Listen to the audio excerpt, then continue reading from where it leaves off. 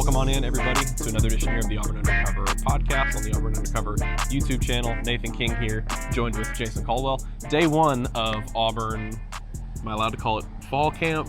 Yeah, you can be fall, I can be preseason, we're okay. Auburn preseason practices. It doesn't feel like fall because it is still July, but first day out on the practice field for the Tigers as they obviously make preparations for year 3 of the Hugh Freeze era. Got to talk to Hugh Freeze this morning, got to talk to some players coming off the practice field, got to watch about an hour's worth of practice, so a productive day overall. You can go check it out at auburnundercover.com. But just some things we're able to learn and talk about and observe today. Jason, first of all, just sort of a housekeeping thing this morning was obviously to get the latest on Malcolm Simmons, Auburn sophomore receiver, of course, arrested earlier this month on domestic assault charges. Still has his court date for later this month, but for now, as Hugh Freeze told us, everything they've been told by their administration is that he is cleared, and then we saw him out there on the practice field later in the day. Yeah, went through from a university perspective. This was not a John Cohen decision. This was not a Hugh Freeze decision. Once that happened, it was turned over to the university in Title IX, and so they then do their own investigation where they talk to folks, and they said, look, we've cleared him, so that means he's cleared to participate. Now you have to, like I said, wait. I think they moved it up to August 8th, so it's been moved up to August 8th, and so we'll know then. That's just kind of the preliminary hearing, and so I guess we'll know a little bit more then. But as of now, Malcolm Simmons out there practicing.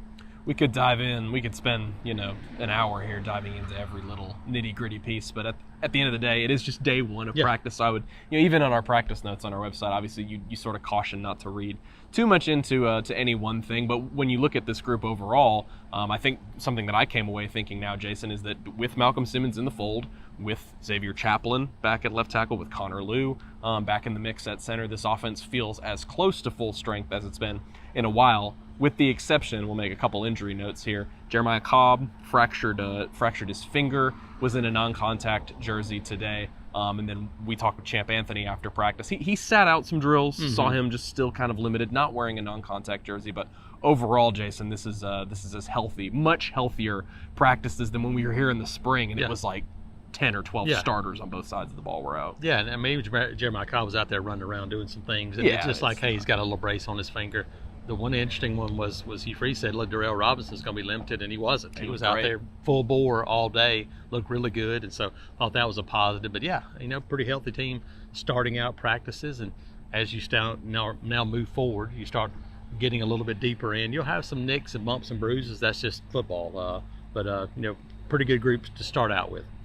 Speaking on the offensive line and really the line of scrimmage, you wrote about it today, Jason, and it goes back to something Hugh Freeze talked about at SEC Media Days. It is impossible to ignore, really on both lines of scrimmage, the size difference for this team. I mean, you're out there and you're just hanging out and watching Malik Autry. I mean, there's some absolute giants there on defense, but the length at offensive tackle as well, having two guys with really big wingspans protecting your quarterback. I thought it was a great example and sort of like a microcosm of why you do these things when he talked about Jared Smith. Like, maybe this is a guy who gets on the field, maybe not, but like when he's in there and he's 6'6" and you just put a big paw up, it just makes things more difficult. So really being out on the field today with Chaplin healthy, with all those defensive linemen, with the guys, they have a linebacker, they have some athleticism, you can really see the difference physically between this year's team and the first couple of years under Freeze. No, you're looking and add Xavier Chaplin, you had Mason Murphy, Jeremiah Wright's 348 or something like that, and Dylan Wade's 315. He's gotten bigger. You look and you go, and there's a lot of size on that offensive line, length too,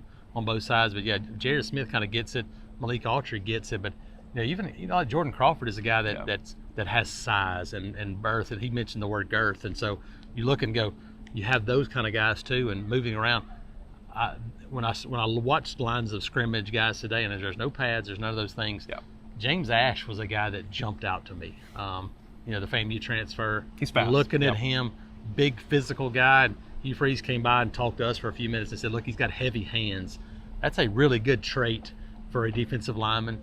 And I think that's a guy that they think has a chance to come out and do some things for them. And looking just physically day one, he looked like a guy that can help. Yeah, there doesn't need to be as much of a spotlight on quarterback as compared to the spring when it was, Jackson Arnold and Deuce Knight were in there right away, brand new quarterback room. They do have a newcomer, though, from the summer, Ashton Daniels, the Stanford transfer. But still, Jason and Freeze talked about it today, continuing to get Jackson Arnold, that word confident came up. And, he was asked about it, DJ Durkin and having that plan going back to the spring.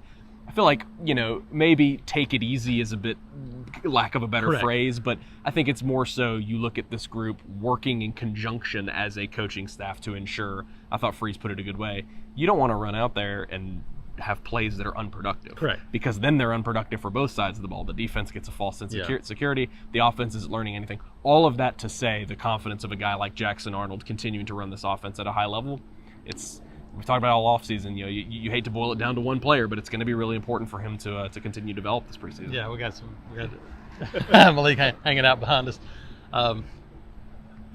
When you look at it practice, the difference in helping a guy build confidence is you're not game planning.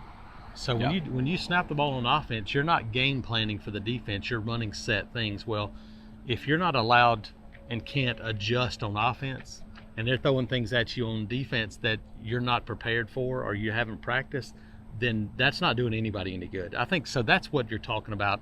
You say, look, we got to be in conjunction with each other, knowing what each other's doing to help each other get better. So I think that's some of it, because you look at, there's times when you go, they're blitzing, they're doing these things. Well, if it's not a blitz period and you're not expecting that, it's going to look bad. Yeah. So I think it's just, hey, allow guys to go out and execute the offense, and then can you win in that battle when you know a little bit of what each other's doing, which is what a game is on Saturdays. And then we talked about this a little bit today. I also think the possibility of a correction too, and Freeze mentioned this, that in the past it was about getting as many plays as possible in practice, getting as many plays as possible in a game, demanding, and Freeze admitted it the last couple of years, he was the demand of perfection out of Peyton Thorne. And I'm not saying he's going to take it easy on Jackson Arnold and say, oh, you don't need to be a high-level quarterback out there, but he was talking about sort of reeling it back and realizing that it doesn't have to look that way 100% of the time every day in practice, because obviously, he said it, the number one thing is for your quarterback to come off the field confident. It'll be a backup quarterback competition. It may not be one at the top. We know that he's QB1, Jackson Arnold is, but it's going to be interesting to see what Deuce Knight and Ashton Daniels do. Hugh Freeze talked about Ashton Daniels as a runner having those capabilities, whereas we saw Deuce Knight today make a lot of nice throws down the field. I wouldn't be surprised if he continues to develop in that, because he was here in the spring and he got those reps within the offense. Yeah, and I think that's it. I mean, you look at Deuce. Deuce's ability. I mean, he can run. Yeah. But younger guy, you go look. Maybe don't want to put him as much in that situation where you're trying to be that physical runner and do those things. But I think you look at, the way he can throw the football, the things he brings, they are a little bit different, even though both can run. And so I do think that's part of it. Back to Jackson Arnold for a second. What jumped out to me today is you saw him, how much bigger he is on the roster, and then you seeing him in person today, he is absolutely a thicker guy. And that's good, because, he's a guy that'll run it. He'll do some different things as well. And so having him a little bit bigger and more physical, that's probably a pretty good situation as well. I was thinking about it, Jason, as we, it's day one of almost an entire month getting ready for the season opener. There's going to be lots of ebbs and flows on the depth chart and on the roster, but really kind of racking my brain for it, there aren't a ton of positions where guys are absolutely solidified. And I say that to say there are going to be starters, and these guys are going to be starters, but in terms of playing time, lots of candidates along the defensive line. At linebacker, I was struck today. Robert Woodyard's out there making good plays. Elijah Melendez is an absolute freak. The secondary, we could go on and on about all of the options at safety and nickel. It's a million different guys. Can Rashawn Pleasant break into that corner rotation? Even at wide receiver, like Horatio Fields is in the mix. We know that Malcolm's back now. Perry is trying to get in the mix. And so really it'll be interesting, Jason, over the next few weeks to see how, really across the roster from top to bottom, guys in the mix for playing time. And again, those guys are not necessarily your true backups anymore. These are top 100 recruits who are now on this team, and I think whether it's freshmen, whether it's transfers, guys like Perry Thompson who are in their second year of the program, Morris Williams, lots of names you could point to saying that guy could take a step forward this year and make this team better. Yeah, you look at you say front seven. We'll just say the front seven. You look and go Keldrick Falk. You can go ahead and put him in an ink pen and stamp it if you want to. After that, I feel like Kieron Crawford. Sure. I feel like Malik Blockton, and you feel like Bobby Jameson Travis. But you don't write it in pen. Sure. It might be in pencil a little bit. Same thing maybe at linebacker. You go, DeMarcus Riddick's probably a guy that you could heavy pencil. But after that, you don't know. So, you look, Caleb Harris in the secondary, a couple of guys. But, there are a lot more options all across the board. And even on the offensive line, you feel like you know who the six are. Sure. But you don't know how they're going to line up based on which five it is. Yep. Yeah, it'll be interesting. Lots of different. I mean, I mentioned somebody like a Sam Turner, like keeps making plays out there, possibly cracking a really deep rotation at receiver. We're gonna have these videos as often as we can after practice, after talking with players and coaches here to give you guys the update as often as we can. But if you want up to the minute stuff, it was a huge day, very productive first day of camp for us over at auburnundercover.com. So be sure to check us out. For Jason Caldwell, I'm Nathan King. Thank you guys so much for listening and watching, and we will talk to you guys soon.